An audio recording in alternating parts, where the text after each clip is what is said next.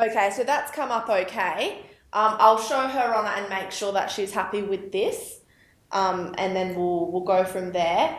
We've all obviously gone to lunch now, and we come back at 2 o'clock. Good. So for now, we'll leave the link set up. You're welcome to Okay. mute your microphone, and I'll mute everything on our end as well. And then we'll all just go off to lunch.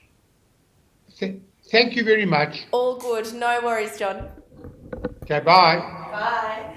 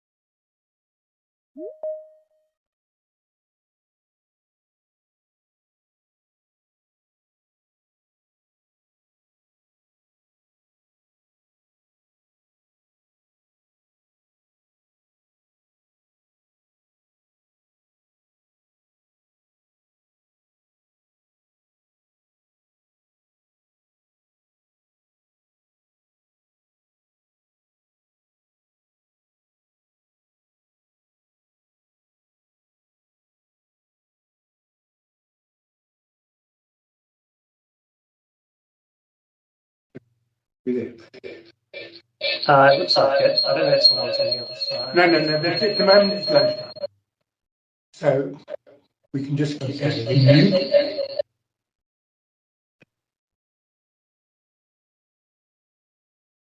That should be there.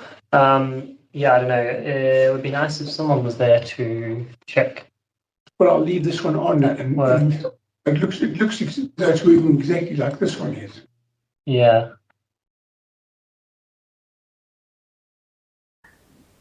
Hi, I'm still here. Did you need a hand? Hello, Becky. We're just checking on a bigger computer screen. Yeah, no worries at all. Thank you. All good. Okay, so there we go. Thank you.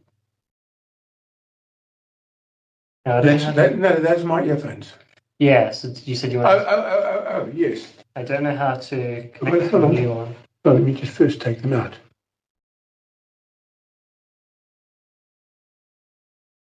Then now do we go to settings? I mean, yeah. Otherwise, we're going to have most headphones will automatically link. Hold on, let me just mute so that I'm not bothered.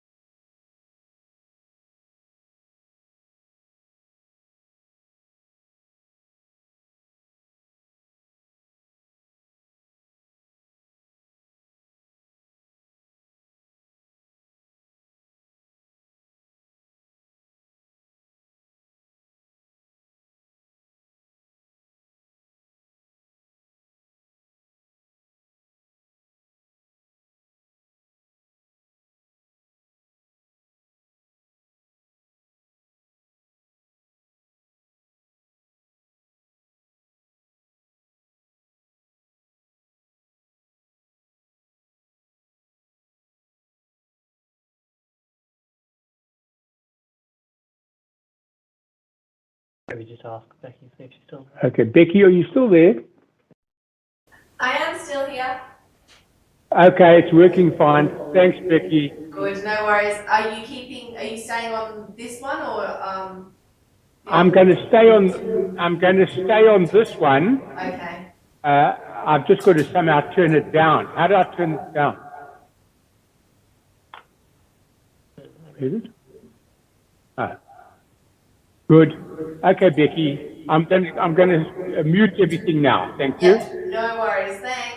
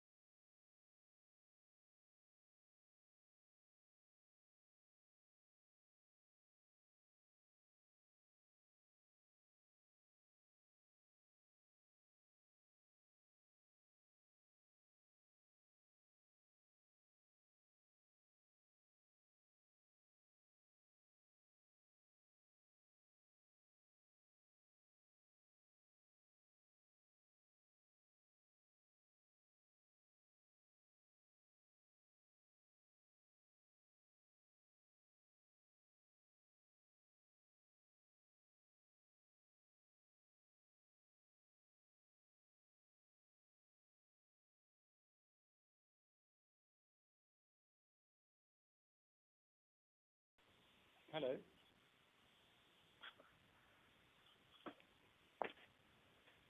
Hello.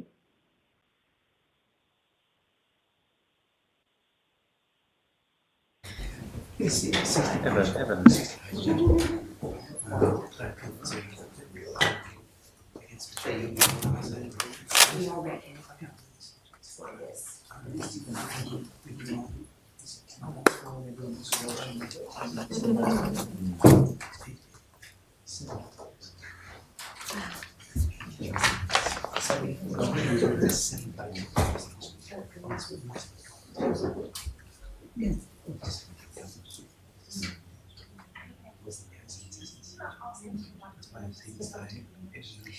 Mr. Sutner, it's Peggy Dwyer here. Can you hear us?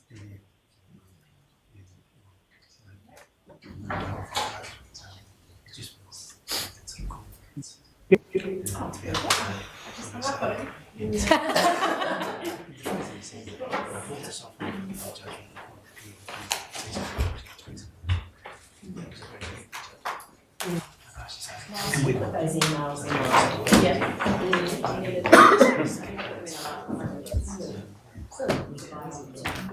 Hello. Oh, hello, Mr. Sutner. I'm sorry. Hello. We hung up on Is you. that Piggy? Yes. Piggy, first of all, they got me to change to put it onto Teams. Now I was told to take it off Teams, and I'm trying to get back onto the Inquest. It's telling me that I can't get on. Because, Mr. Sutner, just hold on for 1 minute. Maria is going to explain it to you. The video is not available yet because the live stream hasn't restarted. It will restart in a minute and then you should be able to see it again. Okay. Thanks. And then I'm going to listen on the phone. So shall I stay on this phone call or is Maria going to somebody else going to call me? Just stay on the phone, please. We just couldn't make the Teams link work. Okay. Thanks, Okay, Peggy. thank you. Cheers. Thank you, Mr. Sutner. Just about. Okay, bye.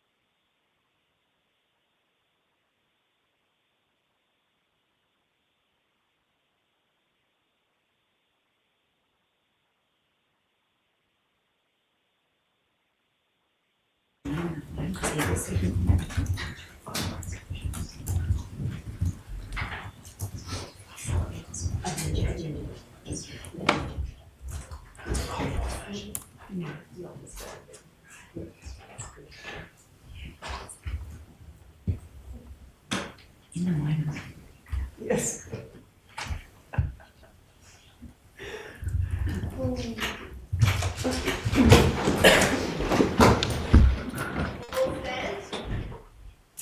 The Coronial Court now stands resumed.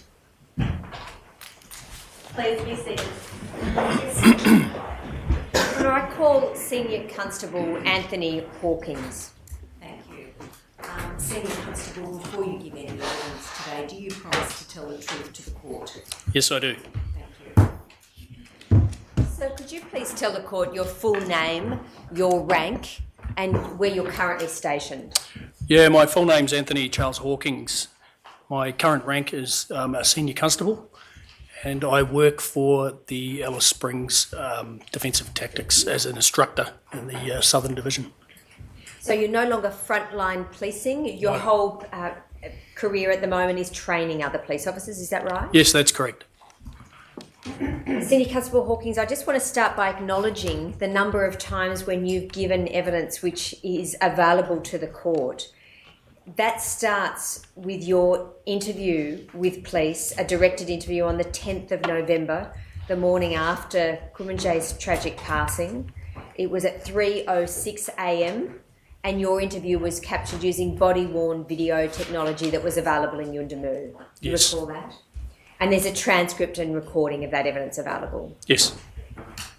You were, at the time, I think you had access to a notebook or an entry, or at least some paper that you made some notes on. Is that right? Yes, correct. You have been able to provide us with some email exchanges where you indicate that you seem to have lost or misplaced a notebook which was dated up till the 9th of January 2020, and you made an attempt to look for it after that time, correct? Yes, that's correct. Have you ever been able to find that diary entry? Unfortunately not. Was there much of significance in that diary in relation to the events of the 9th of November? I think the entries that were made were very brief. Perhaps arrival at Alice Springs for initial arrival for the call-out, for the IRT call-out, and then arrival at the Yuendamu police station, and perhaps one or two house numbers may have been written. It's about as much as I put in that notebook at that time in relation to the incident. Did you bring that notebook back with you from Yuendamu into Alice Springs on the 10th of November? Yes, I did. What happened to it after that, do you think? Well, I used it as part of my duties, so it was continually being used in my role in community youth engagement, whereby somehow it was either misplaced or lost.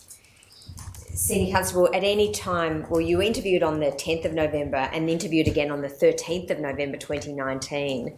Did anybody ever take a copy of that notebook entry? I honestly don't recall. I take it that you were never asked to surrender that notebook.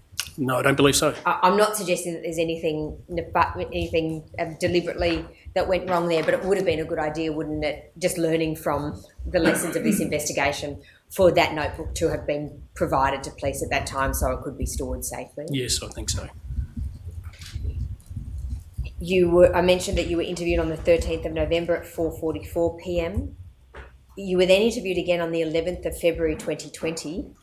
You then gave evidence at committal on the 2nd of September 2020, correct? Yes, correct. And you gave evidence at trial. This is the committal and trial in relation to the charges against Constable Rolfe. The trial was the 18th of February 2022. Yes. Does it become difficult as the years go by when you are asked to accurately recall something that happened, particularly traumatic events? Absolutely, yes. And does it become difficult to have an accurate memory of exactly what happened blow by blow, particularly when things are suggested to you? I'm not putting Yes. it into propriety, but when lawyers suggest to you certain things happen, Yes, it can confuse your own memory of that, can't it? I think it's a normal reaction, yes, human reaction. So can we assume that the version of events that you gave to police at 3:06 a.m. that was recorded when you were just asked to say in your own words what happened is likely to be the most accurate outline of events? I think so, yes. Can I come back to a different topic, which is some of your background in policing? We can hear from your accent, Senior Constable Hawkins, you're initially from New Zealand, is that right? Yes, correct. You were a police officer in New Zealand, is that right? Yes. When did you start work as a police officer there? I initially joined in 1998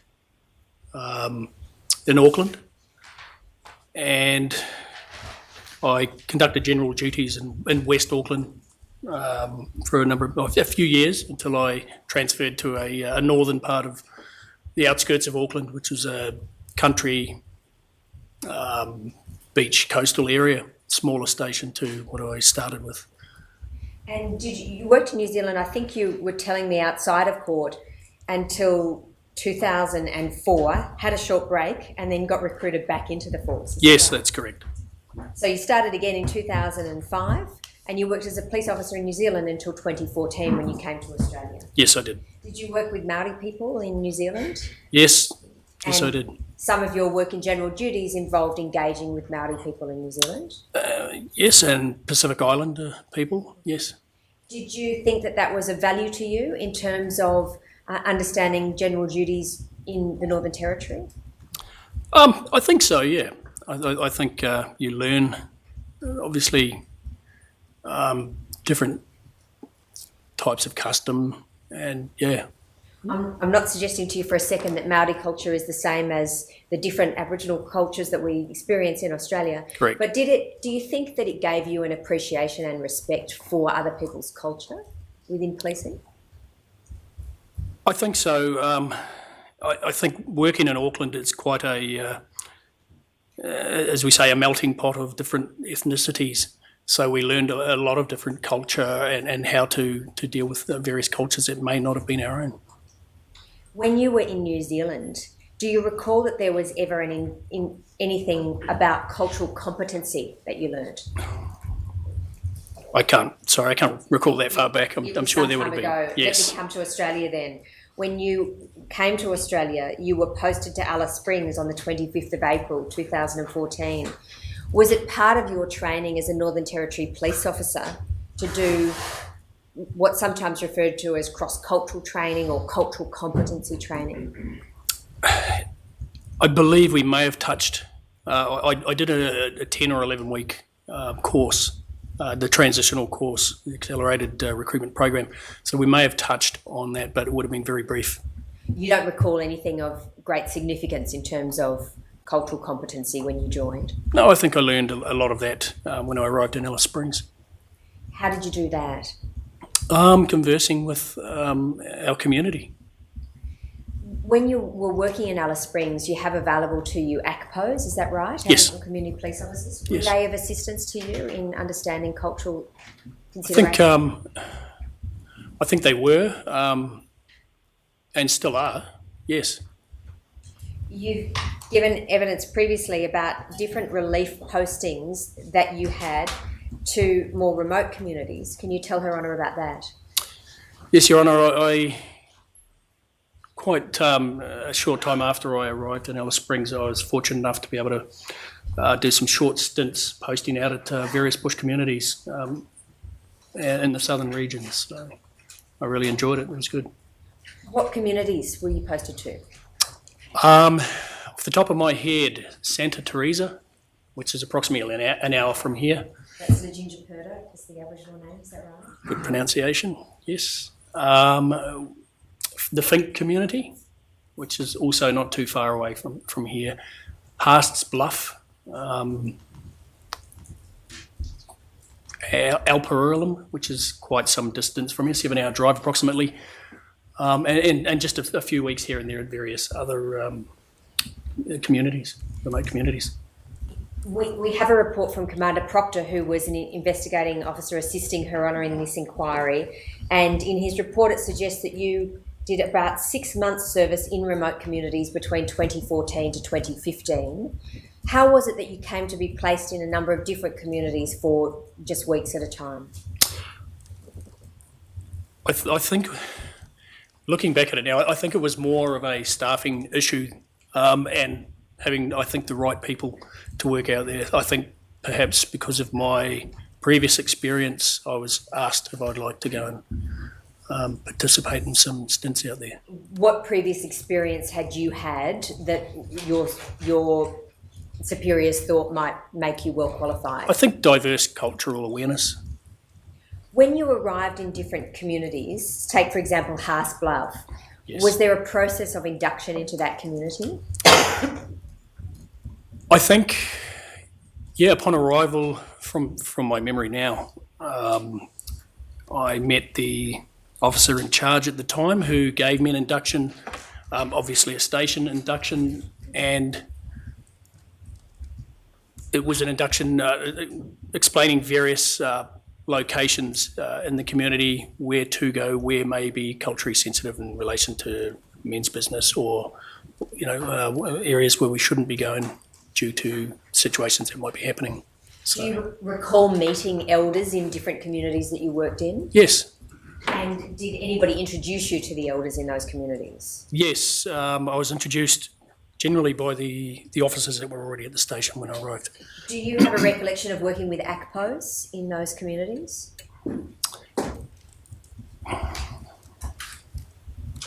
Yes, I believe in Santa Teresa. I did work with an ACPO who worked there, as well as an ex-ACPO who was a member of the community who quite often engaged with police there and come and talk to us. Can you tell, Her Honour, what was your perception of the significance of having an ACPO available? Your Honour, I think as I guess a stand-in between educating us as to how the culture works there and the people who's who in the community, etc. Giving us an idea of who to respect, how to respect them, as well as them obviously doing the same with their community about us, and introducing us as new people in the community. Can I come to your work in the IRT? You joined the IRT according to, again, I'm taking this from Commander Proctor's report, on the 26th of November 2018. What was it? I withdraw that. Why did you join the IRT? I think just a change, a different style of policing that may be able to assist me, not just doing the IRT, but also in general duties capability. Did you join with another of your colleagues? Yeah, there were a few of us that joined at that particular time, yes. Had you ever, or what did you understand the IRT to be at that time? I think we were an intermediary tactical group as a stand-in between general duties and the TRG to be able to address potentially high risk and high profile situations that arise. Was Sergeant Bowens the head of that IRT team at that time? Yes, he was. Do you recall now how many jobs prior to November 9, 2019, you had been out to for the IRT? I think off the top of my head, 4. Were any of those jobs ones where Constable Rolfe accompanied you? Yes. How many? I think 2.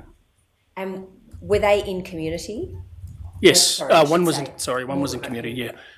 Not counting the incident of the night. So one previous and a search and rescue exercise we were sent to as well. I see. So I'll leave aside the search and rescue. Yep. The other IRT call out prior to the 9th of November, where you were with Constable Rolfe, what was that job?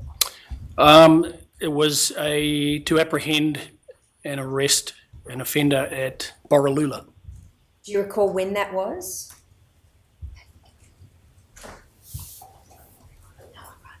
I don't. It would have been possibly 6 months to 8 months prior to the incident. I'll come back to this because I want to allow you to refresh your memory from some of the material, but I think that I'll be suggesting to you that the IRT were in Borroloola for that job from the 9th to the 10th of March 2019. Possibly. I beg your pardon, I withdraw that. My information suggests that on the 28th of December 2018, IRT were deployed to Borroloola with a high-risk arrest of a particular offender. Does that ring a bell? Possibly. I know there were, off the top of my head, I think there may have been 2 IRT call-outs to Borroloola. I did go to one of them, but I can't remember which date it was. It appears that the IRT members on that job were Constable Rolfe, Officers Hanson, yourself, and Officer Bevan deployed for that task. Yes. And Constable Rolfe appears to be the one who effected the arrest. Yes. Did you socialise prior to the 9th of November with Constable Rolfe? No. Was he somebody that you knew well outside of your roles at the IRT? Probably no different to any other of the constables in the Alice Springs Police Station. Apart from any work on the IRT, did you ever do any jobs with Constable Rolfe, general duties jobs? I think he worked with me one night, not long after he started, when he joined Alice Springs.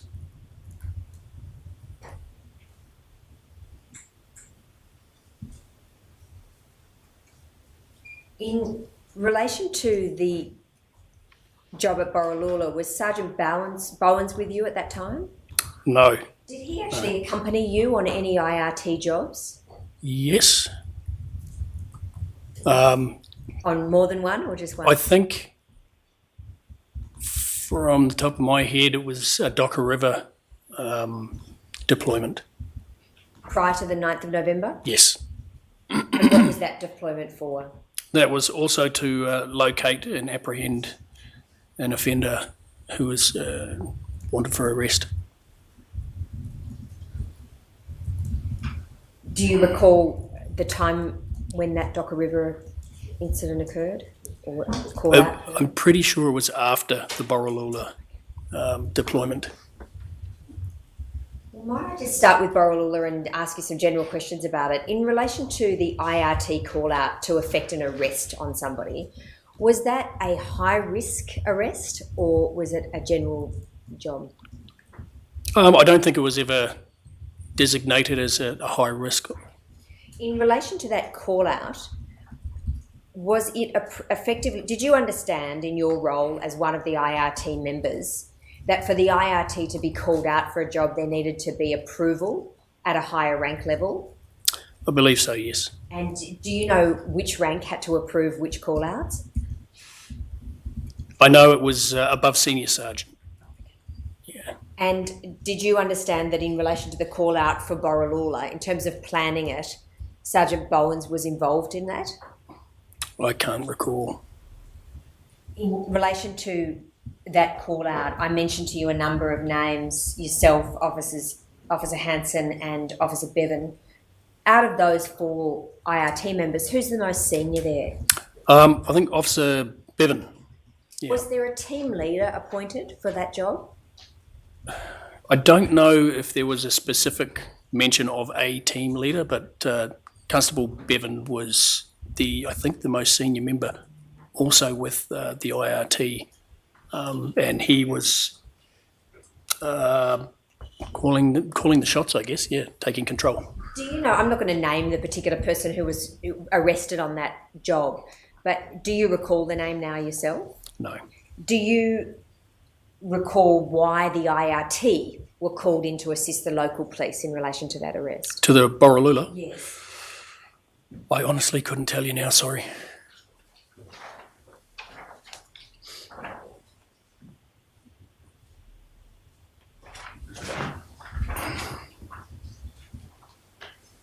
Just if I refresh your memory from it, the circumstances appear to be that there was a particular offender who had been detained and he assaulted a police officer after he was detained by throwing a hot cup of tea on Yes, you brought it back. her when it was handed back. So the IRT were called in those circumstances, were they, in part, because there was a conflict with the local member who'd been assaulted? Yes, and I believe he escaped custody. Yes. And so it was seen that then it would be helpful to have IRT members with particular tactical skills being called in to assist in those circumstances. Yes. Do you recall, prior to being sent out, seeing any sort of written operations order or arrest plan? I don't recall, sorry. I'll ask you a slightly different question. Was it your understanding back in 2018 or 2019 that in order for the IRT to go out and arrest somebody, there needed to be a written ops order or an arrest plan? Prior to, did you say, sorry? Yes. Yeah.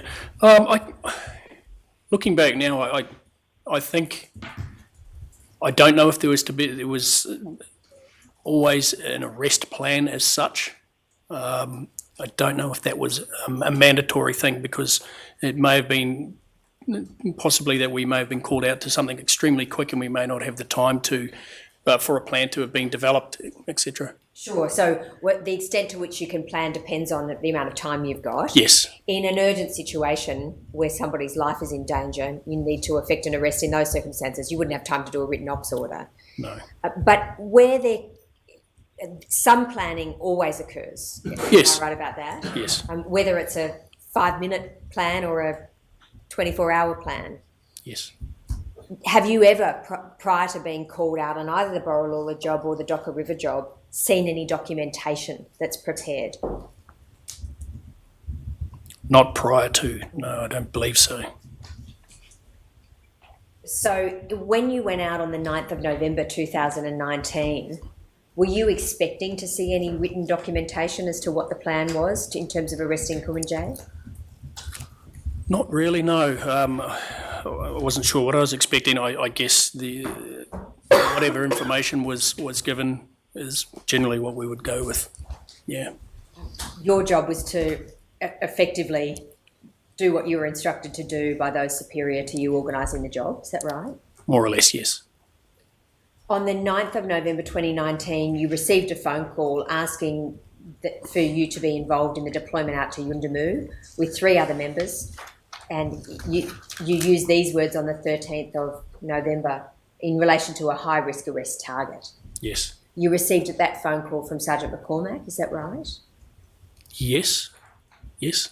And you arrived at the station at roughly 2:30 p.m.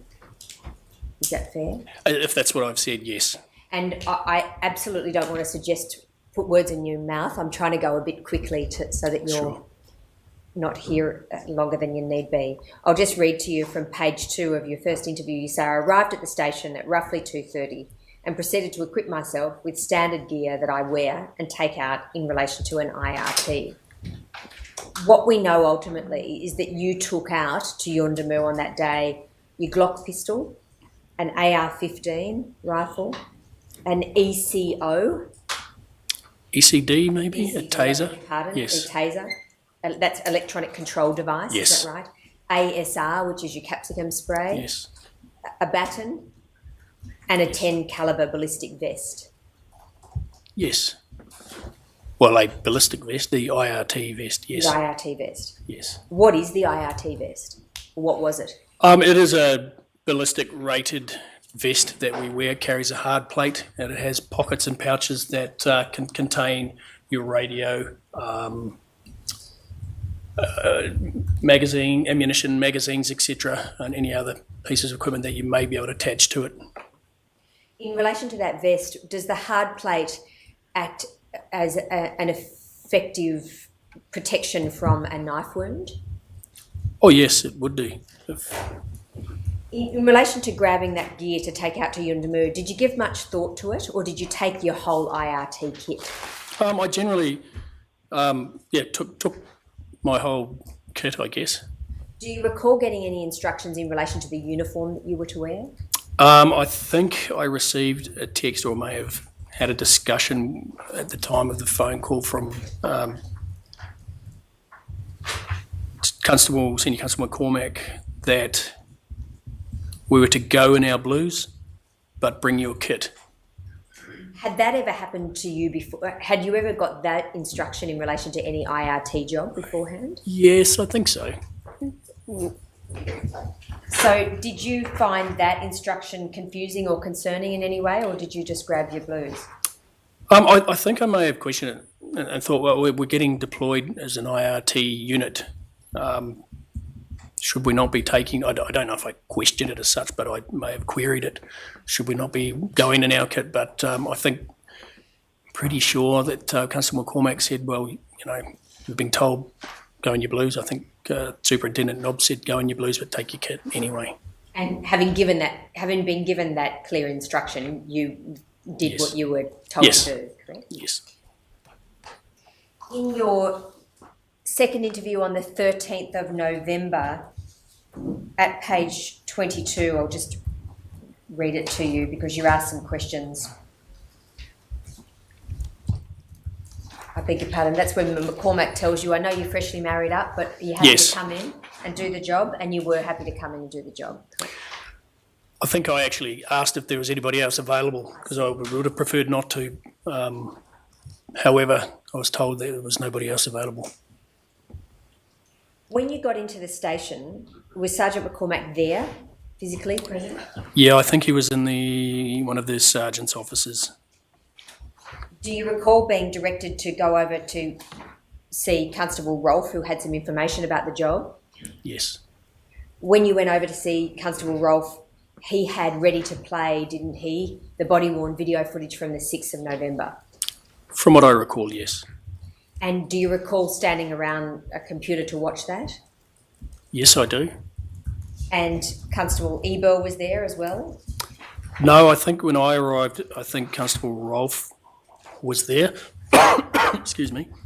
And possibly Constable Kirstenfeld might have been there as well. Did you watch the body-worn video with Constables Rolfe and Kirstenfeld before Constable Ebel arrived? Yes. During that playing of that video, excuse me, was there any discussion about it? There may have been a few words spoken, but I couldn't tell you what that discussion was word for word. Did Constable Rolfe tell you that he had had any involvement or attempted involvement with Kumanjayi prior to that time? Not to my knowledge. Were you aware at that time that there was an alert that had been placed on the promise system in relation to Kumanjayi? I honestly couldn't tell you now. Sorry. So you watched that body-worn video with Constable Rolfe and Officer Kirstenfeld. Do you recall any discussion about the community police who were involved in that attempted arrest? I don't recall a discussion, no. I can't recall. Was there any criticism of them from Constable Rolfe or Constable Kirstenfeld that you heard? I really couldn't tell you, to be honest, sorry. So Constable Ebel then comes again, is that right? And you watch, Yes. Constable Ebel comes in, joins the briefing and watches the body-worn video footage again, is that right? Yes. After that time, you set out to Yuendamu. You were with Constable Rolfe, and we know that Constable Kirstenfeld, Senior Constable Kirstenfeld, I think, and Constable Rolfe travelled in the same car, correct? Yeah, I was with Constable Ebel. Yes. Yes. And that pairing was a pretty natural pairing, wasn't it, given that you and Constable Ebel knew each other well? Yeah, I guess, yeah, just naturally happened like that, yes, because of that. I suppose that's my question. Was there any discussion as to how you travelled to Yuendamu, or did you just naturally break up in pairs? I've worked with Adam a lot prior to that, Constable Ebel, and yeah, I guess it was just a natural pairing, perhaps. It may have been discussed, we'll go and do this and you guys go and do that, go and get some food maybe, I don't know, I can't recall. Because you went to the supermarket, I think, before you went to Yuendamu, Yes. is that right? In November 2019, you were working together with Adam Ebel in relation to the Youth Engagement Squad, is that right? Yes. And he described you as like-minded people, similar philosophy on policing, is that fair?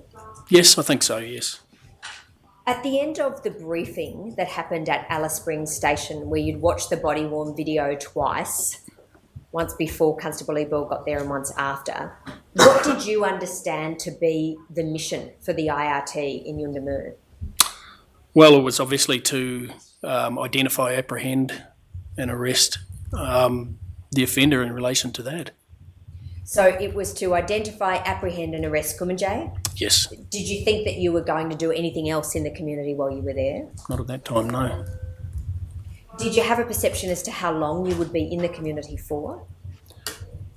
I think possibly overnight, maybe another day. I really don't recall, but I don't think I envisaged we were going to be there for any long period. When you went to the supermarket on your way into Yuendamu to Yes. grab some food, how long were you grabbing it for? A day or two, yeah.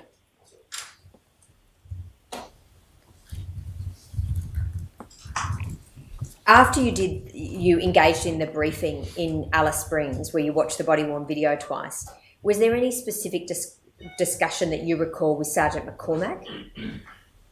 Not that I can recall, no. Any discussion that you had with Sergeant McCormack reinforced this view that your job on that day was to go up to Yuendamu or that night and assist in the identification, apprehension, arrest of Kumanjayi? To be honest, I can't really remember what discussions may have been had back then. I'll just ask you then what was clear in your mind. In your mind, as a result of what information you had been given, Yes. it was firmly focused on the arrest of Kumanjayi, correct? Yes.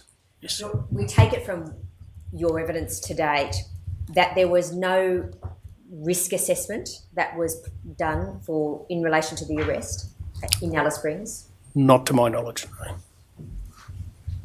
And there was no specific plan developed that you were aware of in terms of how Kumanjayi would be arrested?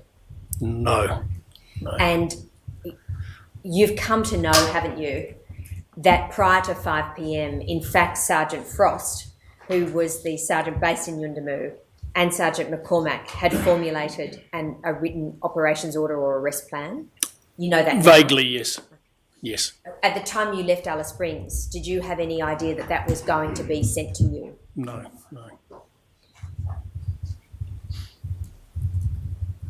So I'll come now to your arrival in Yuendamu.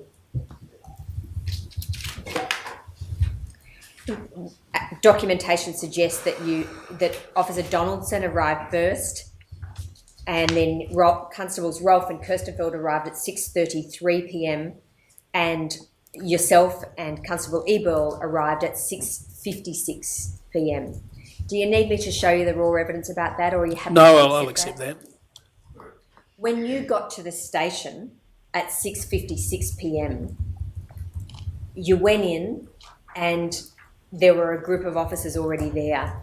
Do you have a memory now of who was there when you walked into the Yuendamu police station? I know, obviously, Constable Rolfe, Constable Kirstenfeld. I think Constable Donaldson may have arrived a short while after, but was already present prior to our arrival. Sergeant Frost, I may have seen Constable Hand there. That's all I remember when I look back at it even now. Yeah. Had you met Sergeant Julie Frost prior to that day? Yes, I had, once before. You have a memory of her greeting you and vice versa, don't you? Yes. And had you met Chris Hand, who is her partner? I may have crossed paths and just a quick, hey, how you doing? But no, I've never really had a conversation with him before, no. Do you know Officer Felix Alafeo? Yes, I do, from New Zealand. Him prior to the 9th of November? I remember him from New Zealand police. I see. Yes. And so when you walked in the room, do you remember seeing Felix there at any time? No, I'm sorry, I don't. I don't know why, but I don't. So you're not suggesting that he wasn't there, but just No. that that's not in your memory? Just it's not in my memory for whatever reason.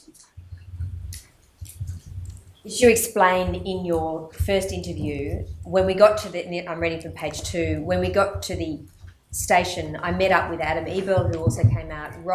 Zach Rolfe and James Kirstenfeld were also at the station. When I got to the station, I was briefed. Adam and I were briefed by Zach Rolfe in relation to him showing us the footage of an incident which involved the target, who I know as Kumanjayi Walker, where he's assaulted members of the police over the last couple of days with an axe. I'm sorry, that's referring, of course, to Alice Springs. Yes. Did you watch that body-worn video again in Yuendamu? No, I don't think so.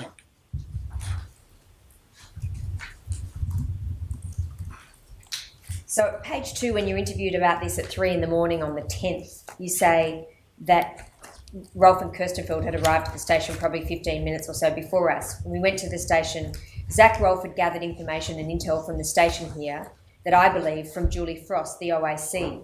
He said, we don't have a lot of information.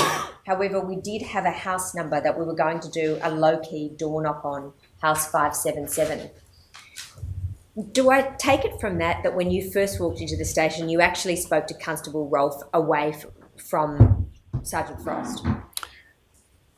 I think so. I don't know. She may have been in the office when we first arrived, but yeah, I'd be guessing now, sorry.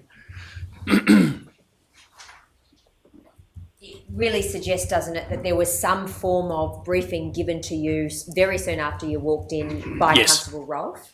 Yes, and maybe Kirstenfeld. I recall them being there when I arrived, from what I recall now. And they were giving you the impression that they had particular information about this job that they'd gleaned from Sergeant Frost? Which was very little.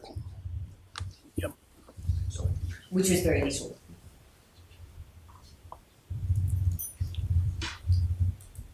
You're asked about this again, of course, on the 13th of November, so I'm just going to assist you by reading you some of your evidence from that interview. It's page 30 of that interview.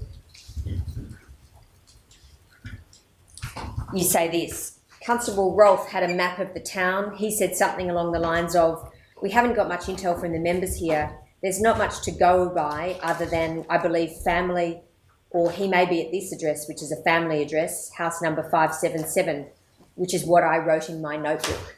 So you had your notebook there, writing down what was told to you by Constable Rolfe at the time? I think so, yes. And then he said, failing that, there's another address, and I think it was house number 511 or 111. We know now that was the second house that you went to on that day, is that right? Yeah, I think 511 was the house we went to, yes. And you go on to say, so number 511, or I don't know, but I knew it was on the other side of the oval, looking at the map. So our first address was going to be 577, etc. And you're asked whether power of entry or use of force was discussed at that brief, and you said it was not. Agree? I'll agree with that, yes. So I take it that that discussion with Constable Rolfe gave you the impression then, didn't it, that nothing had changed in terms of your primary focus being there to arrest Kumanjayi Walker? Yes.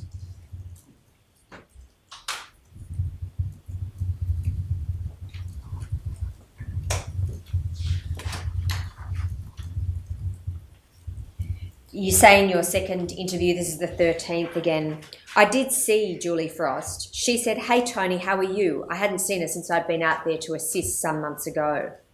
But she didn't, from what I recall, I don't think she participated in that briefing. I think she was in her office. She may have come over and just looked over or something. I really don't remember.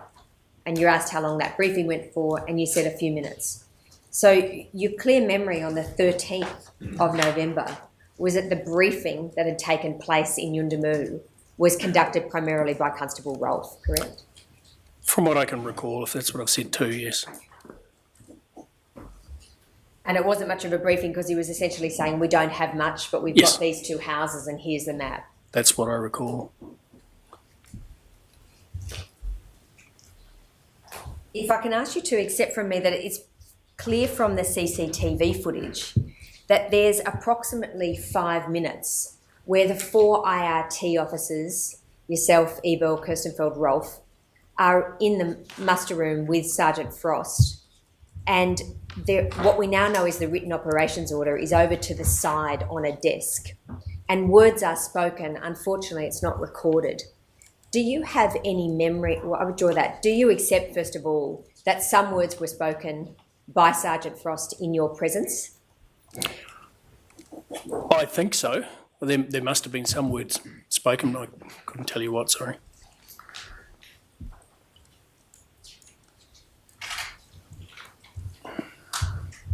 Sergeant Frost has given evidence, I'll just try and summarise it for you now, in these proceedings, that the written operations order was in fact printed it out. She'd emailed it at about 4:49. She had printed it out then. I'm not suggesting you received that email prior to the attempted arrest of Kumanjayi, but it was printed out there, and in her mind she thought you must have seen it, and she believes that she referred to the written operations order and the 5 a.m. arrest plan. Do you think it's possible that she did and you can't recall it? I can only go by what I recall and the information that I remember, to be fair. I think if something reasonably prominent was shown to me, I'd possibly remember that. She gave evidence, just to be clear, she's not suggesting she has a clear memory of handing out their written operations plan. Yep. She believed that you would have received the email, but what she thinks she said is something about the 5 a.m. arrest plan. Well, I don't recall that, no. Felix Alafeo gave evidence in these proceedings. You accept that Felix Alafeo was at the police station, you just don't recall seeing him? I saw him later on in the evening, yes. Felix was sitting off to one side, and his memory is that while the four IRT members were there, the 5 a.m. arrest plan was discussed. That doesn't prompt your memory in any way? Not at all, no. You would appreciate, wouldn't you, that in these circumstances where people are being asked to recall what was said hours before an extremely stressful event, it can be difficult to accurately remember. Is that fair? Oh, look, I totally agree, yes. That accords with your experience as a police officer? Yes. I just want to show you what the written operations order actually said. I appreciate that your clear evidence is that you didn't see it at any time prior to the arrest of Kumanjayi. Can I ask that come up on the screen? I'll just check, Senior Constable, have you had an opportunity to see it since Kumanjayi's death? Would that be the... That's it yes. there, and it might be easier rather than putting it on the screen just to ask you to refer to it. It's Yes. there because First Class Constable Eberl was asked to look at it. Have you actually seen that prior to today? Just have a look at Yes, it. I have seen it prior to today, if this is the one that was emailed to me. It was emailed to you. Can you remind us of the time it was emailed? 16:59, 4:59 p.m. on the 9th of November 2019. When was the first time you saw it, do you think? It was some months later. I think somebody made me aware of the email, and then I went and checked my emails and located it.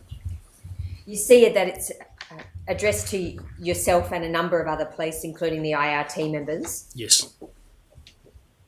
And if you just remind yourself what it looks like, that document.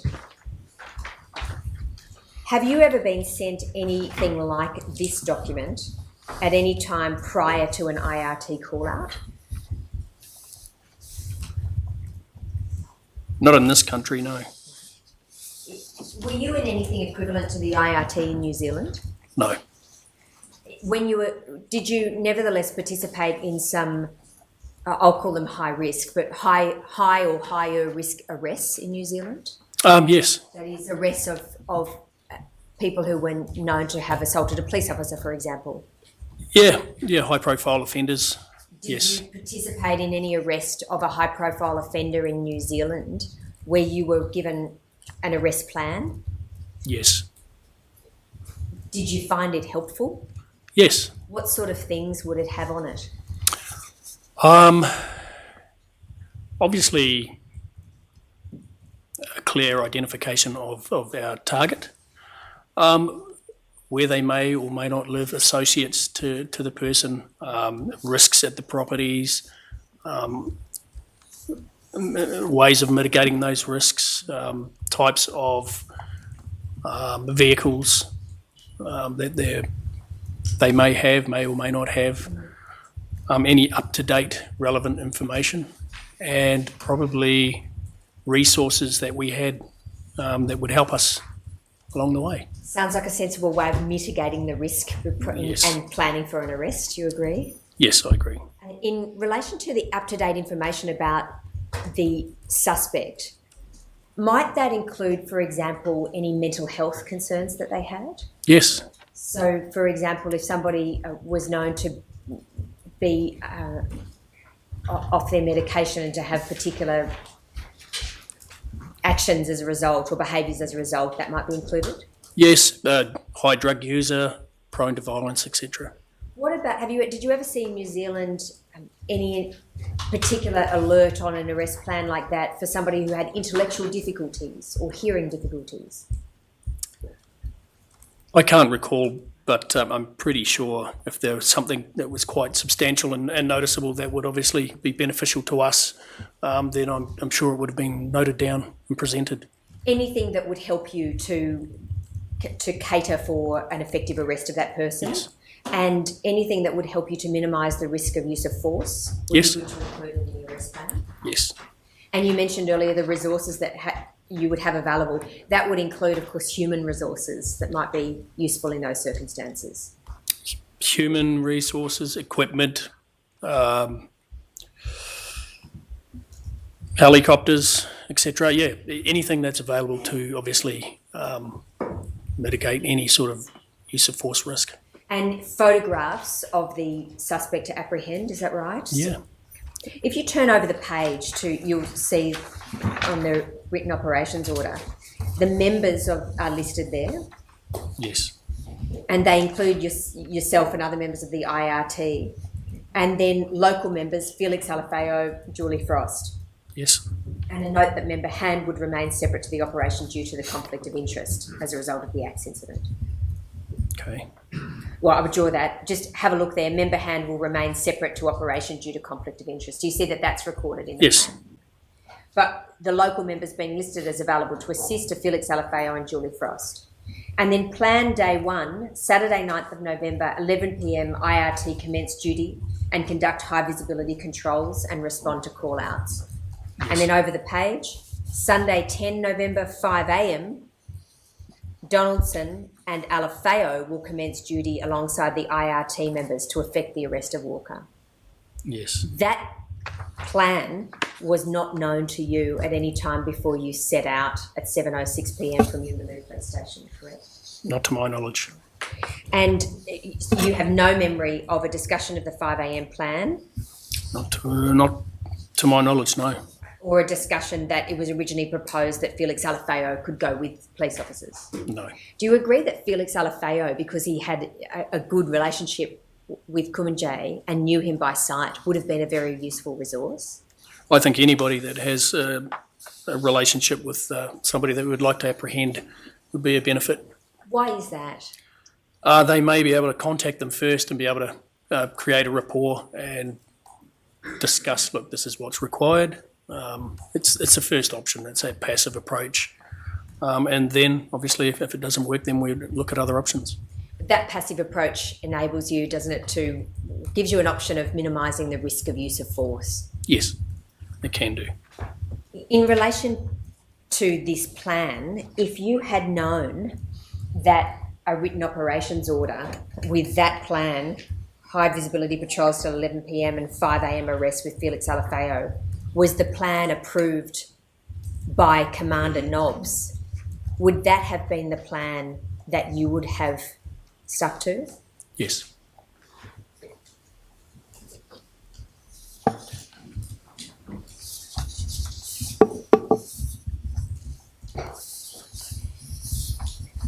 During the trial of Constable Rolfe, after he was charged with murder and manslaughter for the death of Kumanjayi, you gave evidence at trial, of course.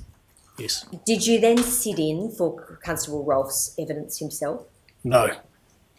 Have you ever read any of the trial transcript of the evidence Constable Rolfe gave? No, I haven't. Has anybody ever told you about aspects of the evidence that he gave?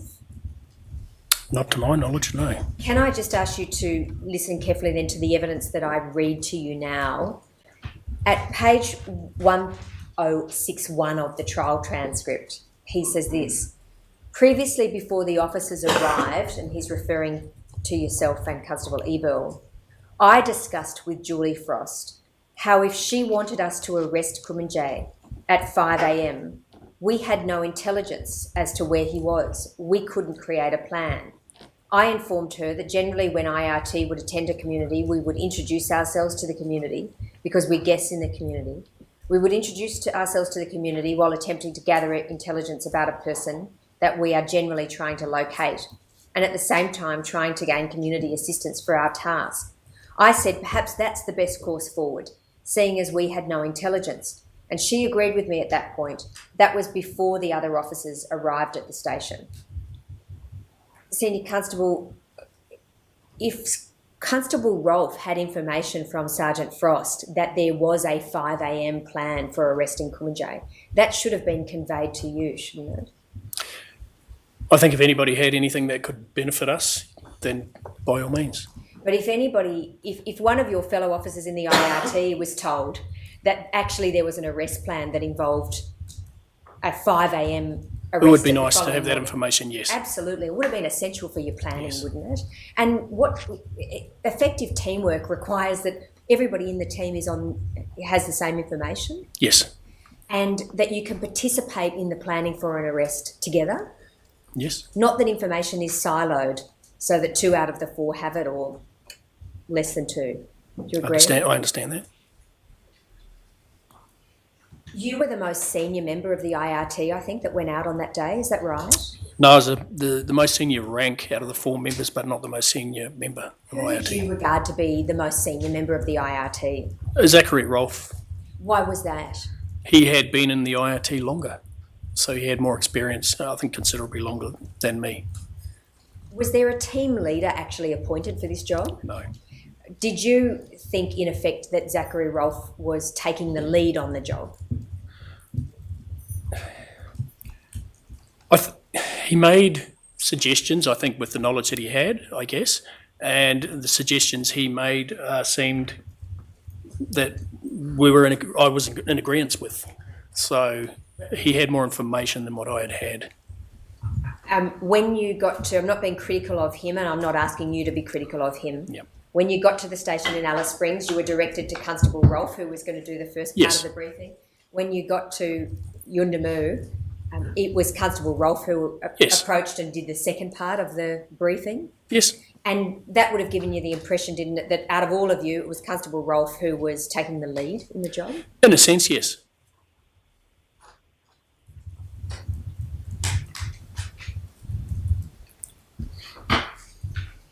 In the report of Commander Proctor that he's prepared to assist Her Honour, he says this at page 70. The IRT members were not expecting to receive any orders from Sergeant Frost when they arrived in Yuendamu.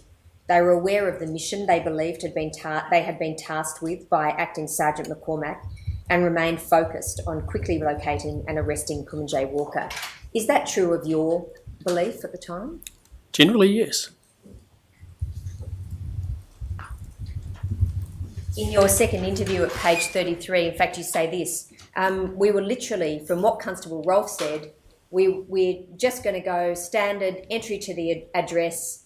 We'll have Tony, you and Adam Ebel take the back. That was just how it was going to go, wasn't it? You would just go, as soon as you arrived in Yuendamu, you were going to head out and arrest Kumanjayi if you could locate him. Locate, yes.